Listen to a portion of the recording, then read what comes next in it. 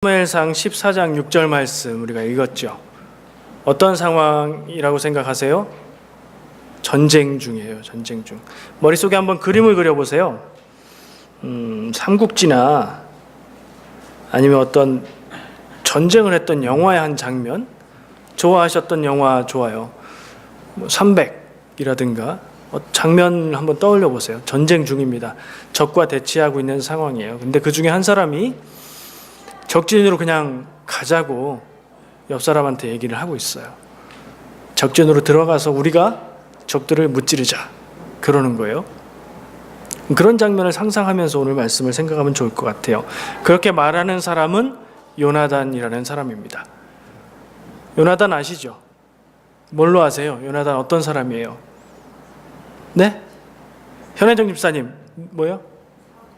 사울왕의 아들, 몇 번째 아들? 첫째 아들이에요. 장남.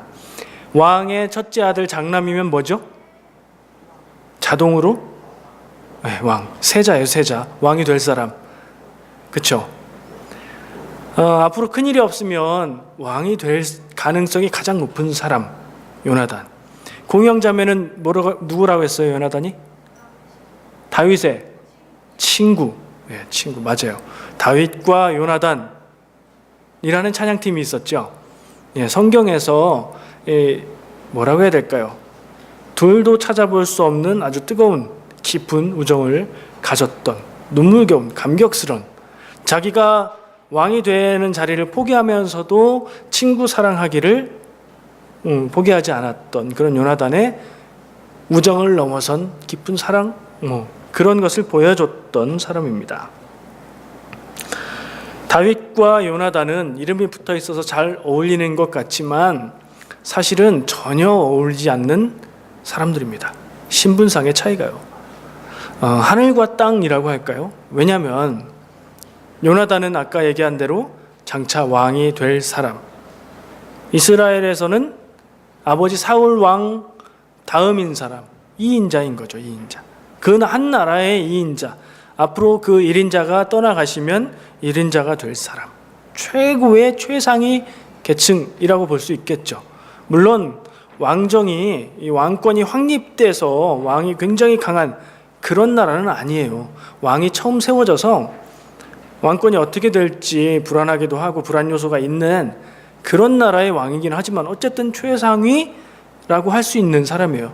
다윗은요? 다윗의 원래 출신이 뭐죠? 뭐 하고 있었죠, 다윗은? 양치는 목동이었어요. 아시다시피 양치는 목동은 이스라엘에서 보통 사람의 축에도 못 껴요. 천한 사람의 축에도 못 껴요. 가장 천한 사람이에요. 기억하시죠? 이집트에 이스라엘 백성들이 들어갈 때 요셉 덕분에 그 아버지와 가족들이 이집트에 들어갈 때 이집트 사람들이 이 양치는 사람들, 유목하는 사람들을 천하게 여겨서 같이 살지 않는다는 얘기가 나와요. 그러니까 그 지역의 문화는 유목하는 사람들이 분명히 있지만 천하게 여기는 문화였어요. 가장 밑바닥에 있었던 다윗, 가장 높은 곳에 있었던 요나단, 둘이 만났고 뜨거운 우정을 나누게 됐고 자기의 뭐랄까요, 왕권도 포기하고 결국엔 자기는 전사하죠. 요나단은 아버지와 함께 전쟁에서 죽어요. 좀 더 시간이 지나가면 그 스토리가 나오죠. 그런 스토리를 앞두고 있는 어떤 전쟁 중에 있었던 일이에요. 어디와 전쟁을 했죠? 지금 블레셋과 전쟁 중입니다. 블레셋은 우리가 뭐 어떤 사람들인지 잘 알지는 못하지만 많이 들어봤던 사람들이에요. 왜냐하면 이스라엘 역사상에 이스라엘을 가장 많이 괴롭게 했고 성경의 전쟁의 상대로 가장 많이 나왔던 그런 족속이기 때문입니다. 알려진 바로는 블레셋은 그리스계 이주민들이 바다를 건너와서 그 땅 근처에 정착했던 사람들이라고 알려져 있어요. 어쨌든 계속해서 시비를 걸어오고 전쟁을 하고 그랬던 갈등 관계에 있었던 족속입니다. 그곳과 그 블레셋과 이스라엘이 전쟁 중, 그 중에 대치 중에 있었어요. 근데 우리가 한번 생각해 볼 수 있는 게 있어요. 전력이 전쟁을 하면 어디가 이길지 어디가 질지 어떻게 될지 이거 따져봐야 되잖아요. 그래서 야, 우리가 형편없이 질 것 같다 그러면 조금 믿지면서라도 화친을 청하는 게 상식적인 거죠. 그런 면에서 보면 이 블레셋과 이스라엘 이 상태에 이 시대에 블레셋과 이스라엘의 전력은 역시 또 하늘과 땅이라고 할 만큼 차이가 나요. 22절 14장 그 앞장인데요. 13장 22절 맞는지 확인해 주세요. 제가 절만 메모를 했네요. 거기 보면 이스라엘 상태가 어땠는지가 나오는데요. 이스라엘의 부대가 지금 군인들이 전쟁을 하기 위해서 나왔는데 칼과 창을 가진 사람이 이스라엘 군 중에 딱 2명. 무슨 말인지 알겠죠? 왕인 사울과 아들인 요나단만 칼과 창을 가지고 있어요. 철기 무기를 갖고 있어요. 왜 그러냐면 설명이 나오는데 이 말씀 바로 앞에 설명이 나오는데 철기를 가공하는 기술이 블레셋에 있었어요. 이스라엘은 없었어요. 그래서 블레셋이 철기 가공 기술을 이스라엘에게 전해주지 않았고 이스라엘 사람들이 이 철기를 쇠로 된 물건들을 가공할 일이 생기면 블레셋에 가서 맡겨서 돈을 내고 했다는 그런 얘기가 나와요. 그러니까 전력을 비교할 필요가 없어요. 군인의 숫자가 몇인지 비교할 필요가 없어요. 칼 가진 한 사람과 칼 없이 몽둥이 같은 거 들고 싸우는 여러 사람이 상대가 되나요? 안 되죠. 이스라엘 군에는 칼과 창이 있는 사람이 딱 2. 블레셋은 아마 대부분이 철제 무기로 무장을 했을 거란 말이에요. 전력으로 볼 때는 비교가 안 되는 그런 상황이에요. 그러나 또 대치하고 있는 그리고 하나님의 뜻에 따라서 전쟁하고 있는 이스라엘의 입장에서는 이겨야 되는 그리고 이길 것이라고 믿음을 갖고 있는 그런 전쟁에 지금 임하고 있어요.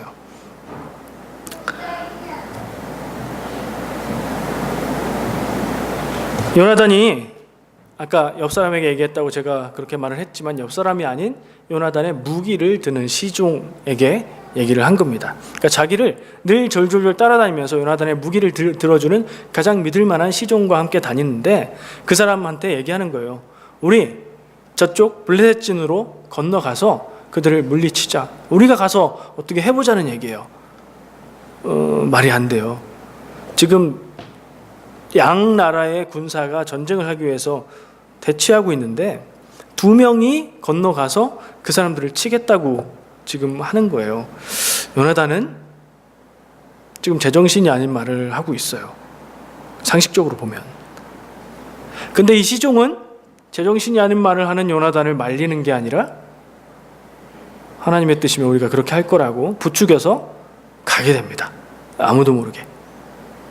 요나단과 시종이 진을 건너가서 이제 저기 보면 블레셋 군이 있어요. 근데 거기서 뭐라고 하는지 아세요? 우리가 말이 안 되는 상황이라고 생각하지만 그래도 전쟁 중에 그런 일들이 간혹 있잖아요. 특별한 일들로 인해서 전쟁을 이기게 되는 그런 상황이 있잖아요. 근데 대체로 작은 수가 많은 수를 이기려고 하면 기습작전이라든가 아니면 몰래 숨어 들어가서 어떤 중요한 것을 파괴한다든가 이런 거잖아요.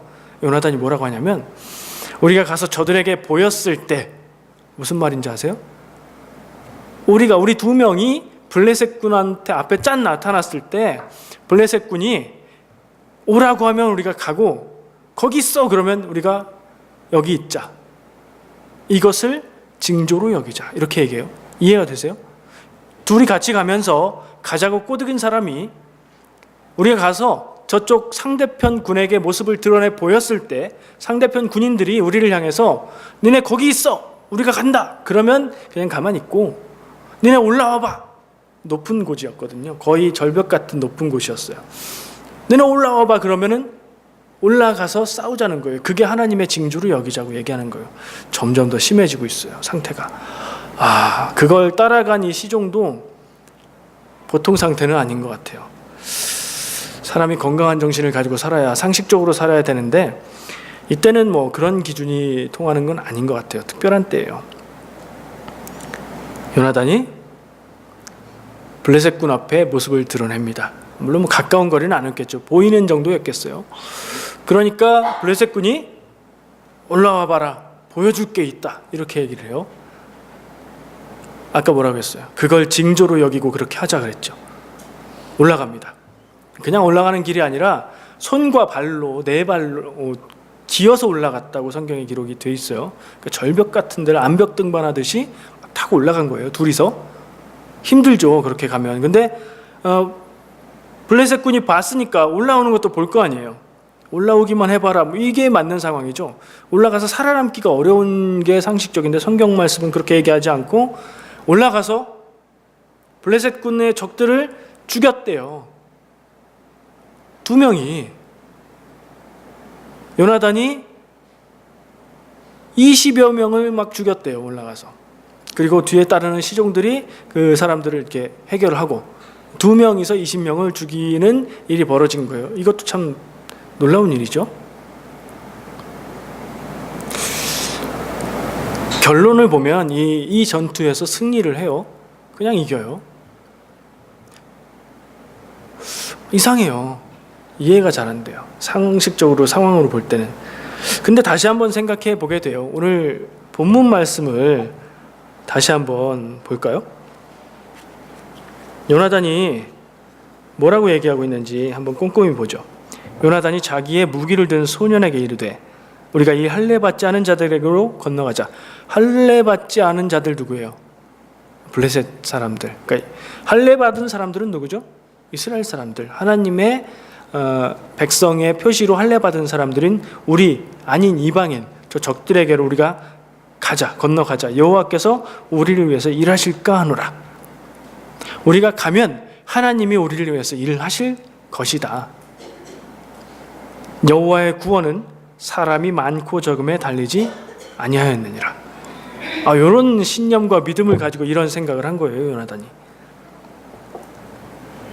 요나단이 왜 그랬는지 다시 잘 보니까 이해가 좀 되는 것 같아요. 믿음으로 보면 그럴 수 있지. 마지막 부분에 여호와의 구원은 사람이 많고 적음에 달리지 아니하였느니라. 맞잖아요. 우리 지난번에 얘기했잖아요. 여리고성은 그냥 믿음으로 돌아서 무너뜨렸는데 훨씬 더 약했던 아이성은 싸우러 갔다가 졌잖아요. 숫자의 얘기가 아니고 하나님이 하시는 일은 믿음의 일이다. 이걸 알고 있었던 요나단, 그런 믿음을 가지고 있었던 요나단. 그러면 말이 되죠. 그걸 믿고 그 믿음으로 세상을 사는 사람이고 그 믿음으로 세상을 살아오면서 그렇게 살았던 사람이라면 그럴 수 있죠. 증거가 확실하니까. 그렇게 살았을 때 하나님이 그렇게 인도해 오셨다면 요나단은 그런 믿음을 갖고 있었던 거예요. 그래서 작은 수로 적에게 적진을 향해서 가고 있지만 몰래 들어간 게 아니라 드러내 보였던 이유도 그런 이유였던 거예요. 뻔히 보고 있는데 가서 그들을 쓰러뜨릴 수 있었던 이유도 요나단의 능력이라기보다 믿음의 능력, 결국에 하나님의 일하심, 요나단의 입술의 말의 고백대로 하나님이 그렇게 하셨던 거죠. 요나단의 믿음대로 됐습니다. 믿음대로 되는 사람이 되시기를 축복합니다. 믿음의 말이 입술에 있기를 축복합니다. 말 잘해야 되겠죠. 생각 잘해야 되겠죠. 네. 믿음의 생각, 믿음의 말을 가지시고 믿음으로 승리하는 삶이 얼마나 아름다운지 그렇게 사시기를 다시 한번 축복합니다. 혼자서 20여 명을 쓰러뜨렸어요. 시종과 함께 둘이 했지만 말씀을 보면 시종은 요나단이 쓰러뜨린 사람을 죽인 것인 것 같아요. 요나단이 앞서서 나가면서 20여 명을 쓰러뜨렸어요. 하나님이 함께 하셨다라고 하지만 대단한 용사인 것은 또 틀림없어요. 왕이 될 만한 자질을 가지고 있어요. 평화시대의 왕은 지혜로운 왕이어야 돼요. 세종대왕 이런 사람처럼. 근데 전쟁이 필요한 시대의 왕은 용사여야 돼요. 전쟁을 승리로 이끌 수 있는 사람이어야 돼요. 요나단은 전쟁에 뛰어난 용사 모습을 가지고 있어요. 우리가 확인할 수 있죠. 그리고 이스라엘에게 있어서 가장 지혜의 모범이 될 수 있는 믿음을 가진 사람이에요. 왕이 됐어야 될 사람이에요. 근데 다음 왕은 누구죠? 다윗이에요. 다윗.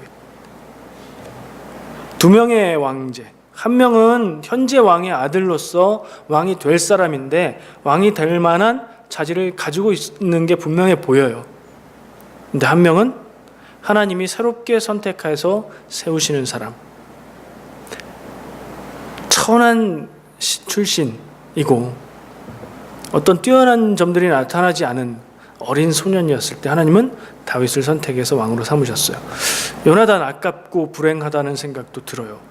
그 시대가 아니라 다윗이 없는 다른 시대의 요나단이었으면 성경에 굉장히 위대한 인물로 남을 수 있는 그런 사람이라고 생각을 해요.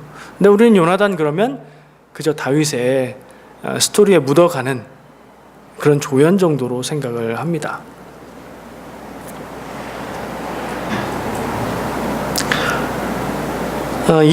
그러나 이 장면은 오늘 말씀의 이 장면은 요나단의 생애에 클라이막스랄까요? 빛나는 한 장면이라고 생각을 해요. 오늘 이 이야기의 주인공은 분명 요나단입니다. 그리고 이 이야기가 전해주고 있는 메시지도 확실합니다. 믿음으로 담대히 나가면 하나님 함께 하시고 승리한다. 물론 믿음이 적절한 믿음이어야 돼요. 우리가 믿음을 얘기할 때 그냥 믿음으로 라고 얘기를 하는데 그 앞에 생략된 게 있는 거 아시죠? 하나님의 뜻 안에서 온전한 믿음으로, 하나님의 뜻에 맞는 온전한 믿음으로예요.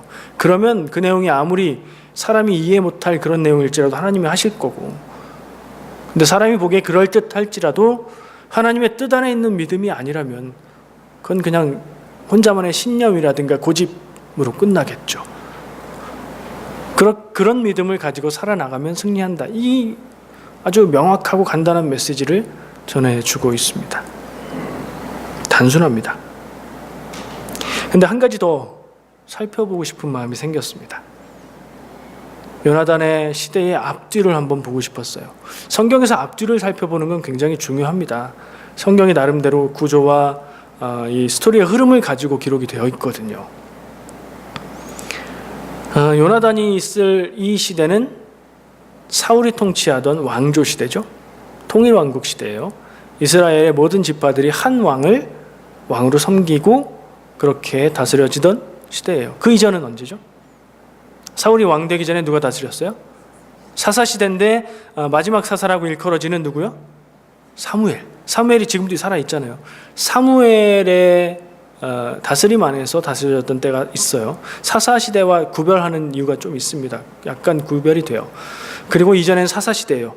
가나안 땅에 들어가서 살기 시작하면서 사울이 왕이 될 때까지, 왕이 생기기 전까지 사사라는 사람들이 이스라엘의 일을 다스렸어요. 그렇죠? 사사시대, 사무엘시대, 그리고 아버지 사울 왕의 시대를 볼 수 있어요. 사사시대는 어떤 시대였죠?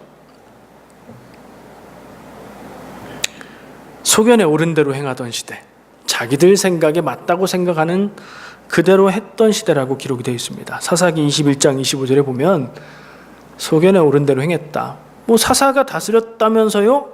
사사가 다스렸어요. 근데 계속해서 왕처럼 세습되거나 계속해서 있었던 그런 정치적인 즉위가 아니라 이스라엘 사람들이 다른 이민족에게 침입을 당해서 고난 가운데 있을 때 하나님께 기도하면 하나님이 지도자를 세우신 거예요. 기드온이나 삼손이나 이런 사사들을 세우셔서 사용하셨어요. 전쟁에 이기게 하시고 전쟁의 지도자로 쓴 사사들이 그 이후에는 재판을 해주는, 사사라는 말이 재판하는 사람이라는 뜻이에요. 그래서 공동 번역에는 판관기라고 책의 이름이 되어 있어요. 그 사람들이 다스리던 시대였는데 사사들이 하나님 뜻 안에서 다스릴 때는 하나님 뜻대로 살다가 사사들의 통치가, 사사가 죽거나 하면, 그러니까 이건 세습직이 아니니까 사사가 없어지면, 죽으면 다시 이제 자기들 마음대로 살았던, 사람들이 자기들 생각에 옳은 대로 하면서 살았던 시대예요. 사람들의 생각에 옳은 대로 산다는 거는 신념 있게 사는 거죠. 그러나 하나님의 뜻이 없는 거예요. 믿음의 눈으로 볼 때는 하나님의 뜻이 아닌 자기들 뜻대로 살았다는 얘기가 돼요. 사사시대는 그랬어요. 그 다음 사무엘 시대는요. 사무엘의 스토리 다 기억하시죠? 사무엘의 어머니 누구예요? 한나. 기도하다가 사무엘을 낳게 되었고 엘리 제사장에게 드려서 하나님의 사람으로 자라났던 그 사무엘이잖아요. 사무엘의 시대는 사무엘이 통치하던 때 말고 사무엘이 지도자로 활동하던 때 말고 그 약간 전에, 그때는 사무엘상 3장 1절 말씀을 보면 이상이 희귀했다라고 기록이 되어 있어요. 이상을 우리는 뭐 표적이나 기적이나 하나님의 계시로 생각할 수 있어요. 하나님이 백성들에게 계시로 말씀하는 일이 드물었다는 얘기예요. 하나님의 뜻을 알 수가 없죠. 하나님의 뜻을 구하는 사람도 없었고 하나님이 말씀을 주지도 않으셨고 그렇게 살았던 시대예요. 요나단의 아버지 사울의 시대는 어땠어요? 백성들이 사무엘에게 왕을 요구합니다. 사무엘을 통해서 하나님께 왕을 세워달라고 해서, 그래서 하나님이 허락하셔서 세운 왕이 사울이에요. 그런 거 할 때는 이제 사람들을 통해서 하나님의 요구를 하지만 왕을 세운다는 게 벌써 하나님이 다스리는 나라가 아니라 왕권, 강한 군사력, 왕의 통치력에 의지하겠다는 그런 거죠. 사울은 어땠습니까? 아직 그 상황은 아니에요. 근데 장이 넘어가서 보면 15장 23절에 보면 사무엘의 말을 통해서 사울은 하나님에게 버림받는 장면, 사울이 하나님이 당신을 버렸다라고 말씀을 하고 있어요. 이런 시대예요. 그러니까 저는 이걸 입체 조명이라고 그 제목을 써놨는데, 조명이 뭐예요? 여기 불 켜 있는 거잖아요. 근데 어두운 상태에서 조명 하나 딱 켜면, 어두운 상태에서 불을 켜면 보이죠. 근데 한쪽에만 불을 켜면 어떻게 보여요? 어두운데 한쪽에만 불을 켜면 빛이 비치는 데는 밝은데 그림자가 생기는 쪽은 깜깜하죠. 그러면 어떻게, 사진 찍을 때 보셨어요? 조명, 사진관 가서 사진 찍을 때 조명 하나만 켜나요? 뭐 2개 정도 켜죠. 우산 같은 거 막 피고 하잖아요. 여기 하나 여기 하나. 그리고 또 뒤쪽에도 하나를 켜요. 그래야 공간감이 살고 입체감이 살고 그런 태요. 조명을 그렇게 입체로 줘야 제대로 볼 수 있어요. 저는 요나단의 이 오늘 사건을, 이 오늘 역사를 보면서 딱 요 이야기만 볼 때는 요나단 대단하다, 하나님이 그렇게 일하셨구나, 이게 다지만 어떤 상황에서 요나단이 그렇게 했을까를 생각해 봤던 거예요. 앞에 오랜 기간을 걸치면서 하나님의 뜻대로 하나님 안에서 믿음으로 승리했던 기록이 그런 얘기들이 있는 분위기가 아니었어요. 사사시대도 사무엘 시대도 아버지 사울도 하나님에게 의지해서 하나님의 마음에 맞는 그런 모습으로 살지 않았었어요. 근데 그 가운데 오늘 이 요나단이 고백했던 것처럼 여호와의 구원은 사람이 많고 적음에 달리지 아니했다라고 이렇게 멋있게 말할 수 있는 요나단이 그런 가운데 딱 있는 거예요. 작은 빛은 밝은 데서는 잘 안 보이죠. 어두운 데서는 밝게 보일 수 있어요. 여러분들 스마트폰 쓰시면 알잖아요. 밤에 방에서 볼 때는 흐리게 놔도 눈이 아프죠. 근데 낮에 밖에 햇빛 가운데 볼 때는 안 보여요. 그 똑같은 상태가. 그렇죠? 요나단이 이렇게 어두운 가운데서 빛나는 믿음의 고백을 했던 사람으로 보여졌어요. 우리의 삶은 어떤가요? 햇빛이 밝게 빛나는 낮 같은 상황인가요? 아니면 그건 그냥 바랄 뿐인가요? 힘들고 지치고 나를 괴롭게 하는 일들이 많아서 어두운 것 같은가요? 그때 요나단 같은 믿음의 고백으로 나갈 수 있으면 우리의 삶이 아름다운 변화의 순간을 맞게 될 거라고 저는 믿습니다.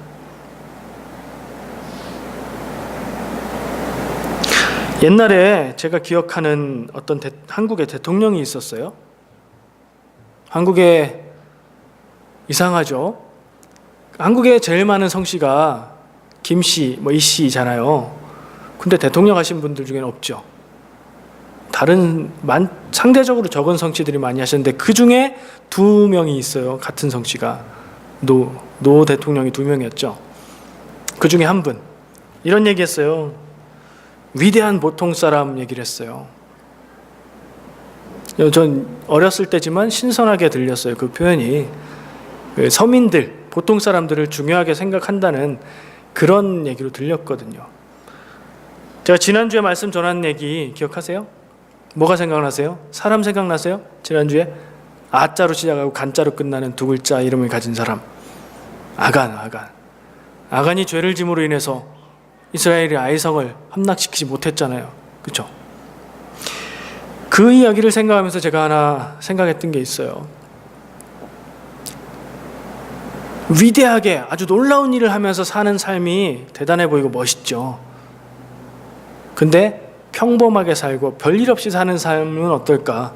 우리가 사는 삶이요, 그냥 뭐 조금 힘들기도 하고 즐겁기도 하고, 근데 거기서 왔다 갔다 하고 일상적인 삶을 사는 삶을 생각해 봤어요. 지루한 것 같고 따분한 것 같고 좀 답답한 것 같은데 또 다른 삶이 있어요. 죄 지어서 망하는 삶이 있어요. 죄 지어서 망하지 않을 수 있다는 게 얼마나 위대한지 생각을 했어요. 아간이 유혹의 순간에 죄 짓지 않았으면 평범한 사람으로 살 수 있었죠. 그 평범한 삶이 이게 쉬운 게 아니에요. 여러분들, 평범하게 살아가는 것 감사해야 될 일이라고 생각을 합니다. 일상적인 삶은 위대한 삶입니다. 하지만 요나단처럼 우리의 인생에도 내가 주인공이 돼서 오늘 이야기의 요나단처럼 반짝 빛나는 스타가 되는 날이 있죠. 여러분들, 내가 소시적이라고 얘기할 수 있는 젊었을 때 내가 멋있었던 날 있잖아요. 내가 기억하는. 누구의 삶에 있어서도, 누구나 그 삶에 있어서 주인공은, 자기 인생의 주인공은 자기 자신이죠. 남은 그렇게 봐주지 않을지라도 내 인생의 주인공은 나예요. 한 편의 영화로 생각한다면 내가 메인 캐릭터예요. 어떤 영화인지는 모르지만, 비극인지 희극인지 코미디인지 알 수 없지만 내 인생의 주인공은 나, 그리고 하나님. 내 인생이 영화라면 빛나는 그날이 있을 것이고, 빛나는 그날은 누구나 갖고 있대. 영화의 마지막이, 인생의 마지막이 뭐가 되면 좋겠어요? 해피엔딩이 되면 좋지 않을까요? 슬프고 힘들다가 좋은 결말을 내는 영화가 기분 좋죠. 여러분들 인생이 영화라면 해피엔딩으로 끝나는 영화가 되시기를 축복합니다. 플란다즈의 개라는 TV 애니메이션 만화가 있었어요. 어른들은 기억하는 분이 있을지도 모르겠어요. 마지막에 주인공이 죽어요. 이름은 네로. 얼어 죽었나? 하여튼 그림 앞에서 이렇게 죽어갔던 것 같아요. 제가 그 만화를 보고 굉장히 이상한 느낌을 받았어요. 어린이가 보는 만화인데 주인공이 죽다니. 그런 건 처음이었거든요.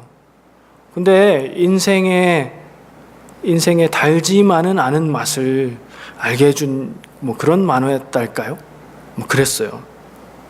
인생이 해피엔딩만 있는 거 아닙니다. 제가 아는 어떤 인생은 그러니까 그 사람의 태어남과 살아가면서 끝났어요. 죽어간 그 삶은 왜 태어났을까? 저 사람의 삶에 무슨 의미가 있을까? 그런 고민을 굉장히 심각하게 하게 만들었던 어떤 사람이 있어요. 어린 시절은 부모님 속을 썩였고, 젊었을 때는 다른 사람들을 괴롭혔고, 나이 들어서는 형제들을 괴롭히다가 의미 없이 병으로 죽어간 사람이 있어요. 해피엔딩 아니죠. 중간도 우울하고 결론도 우울해요. 우리의 인생이 지금은 어떨지라도 결론이 아름다우면 그게 더 아름답게 보이지 않겠어요? 해피엔딩으로 끝나는 삶이 되시기를 축복합니다. 여러분들한테 물어볼게요. 제가 오늘 다윗과 요나단을 얘기했어요. 두 명을 딱 비교해보자고요. 스스로 질문해보세요. 다윗 같은 사람이 될까? 요나단 같은 사람이 될까? 누가 되고 싶으세요? 다윗 되고 싶으시죠? 요나단은 오늘 반짝 빛나고요, 얼마 후에 전쟁에서 전사해서 죽습니다. 다윗은요, 등장하고 좋은 얘기들이 계속돼요. 전쟁에서도 이기죠. 뭐 하여튼 대단해요. 다윗 같은 사람 되고 싶어요. 위대하고 훌륭하고 믿음도 좋고 하나님의 마음에 맞고 막 그런 사람 되고 싶어요. 역사의 무대에 전면에 나서서 승승장구하는 다윗, 그리고 역사의 무대에 한번 반짝 빛나고 퇴장할 준비를 하고 있는 이 요나단. 어떤 사람이 되고 싶습니까? 다윗이 되고 싶다. 자연스럽고 당연한 말인데 모두 다 다윗이 될 수는 없잖아요. 근데 요나단 삶을 보면 그의 삶이 길지 않았고 마지막이 전사로 끝났지만 그 인생이 무의미했는가? 그 인생이 무가치했는가 보면 그렇지 않아요. 그는 하나님 앞에서 서서 살았던 사람이었던 거예요. 하나님 바라보면서 하나님 뜻으로 살려고 애썼던 사람이에요. 다윗과 왜 친해졌을까요? 왜 그런 뜨거운 우정을 가졌을까요? 어떤 순간에 요나단에게는 다윗이 자기의 자리를 뺏어갈 수 있는 사람이 되었을 텐데 왜 그렇게 마음속 깊이 우정을 나누게 되었을까요? 다윗이 엄청 잘생겨서요? 그건 좀 얘기가 이상하잖아요. 요나단이 잘생긴 다윗을 좋아하고 사랑하다. 이건 얘기가 좀 이상하게 가고. 그거 아니잖아요. 무엇으로 서로 통했을까요? 다윗과 요나단이 통할 수 있는 게 뭐가 있을까요? 신분상의 차이는 너무 멀고 하나님 앞에서 살아가는 믿음에 있어서 통한 사람들이 아니었을까? 저는 그렇게 상상을 해봅니다. 알아보는 사람끼리는 알아보잖아요. 그 사람의 표정과 말투와 모습만 잠깐 봐도 저 사람 안에는 나와 통하는 게 있다 하면 딱 알아보잖아요. 요나단은 다윗 안에 있는 하나님을 경외하는 삶을 사는 그 모습을 보지 않았을까 생각을 합니다. 그렇다면 다윗이 될 수는 없을지라도 우리에게 주어진 한계 지어진 삶 중에서 요나단처럼 하나님 안에서 하나님 믿는, 의지하는 위대한 믿음으로 살아가는 것은 우리가 할 수 있는 일이 아닐까 생각을 해봅니다. 얼마나 위대하게 쓰시는지, 얼마나 큰 일을 이루시는지는 우리가 할 게 아니라 하나님이 하실 일이라고 생각합니다. 사람의 눈으로는 다윗이 멋있고 요나단은 안 멋있어 보이지만 하나님의 눈앞에서 어떨까요? 하나님 보시기에 다윗이 더 괜찮아 보이실까요? 요나단이 더 괜찮아 보일까요? 답하기 어렵죠. 왜냐하면 다윗도 하나님 앞에 온전한 사람이었고 요나단도 하나님 앞에 온전한 사람이었어요. 그렇다면 그것 말고 다른 걸로 비교를 해야죠.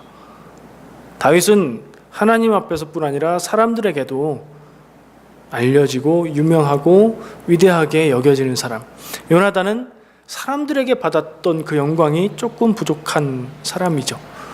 아마도 하나님의 마음이 요나단 쪽으로 기울지 않을까 하는 생각을 또 해봐요. 하나님 눈에 좋은 사람. 그러면서 잠언의 말씀이 생각났어요. 잠언 9장 10절 여호와를 경외하는 것이 지혜의 근본이다. 사람이 보는 눈과 하나님이 보는 눈은 다르고 사람이 하나님의 눈으로 세상을 보고 살아갈 수 있는 것은 하나님을 경외하는 것, 하나님이 살아계심을 잊지 않고 의식하고 하나님이 내 삶을 인도하고 계시다는 믿음으로 살아가는 것, 그것이 아닌가 생각을 합니다.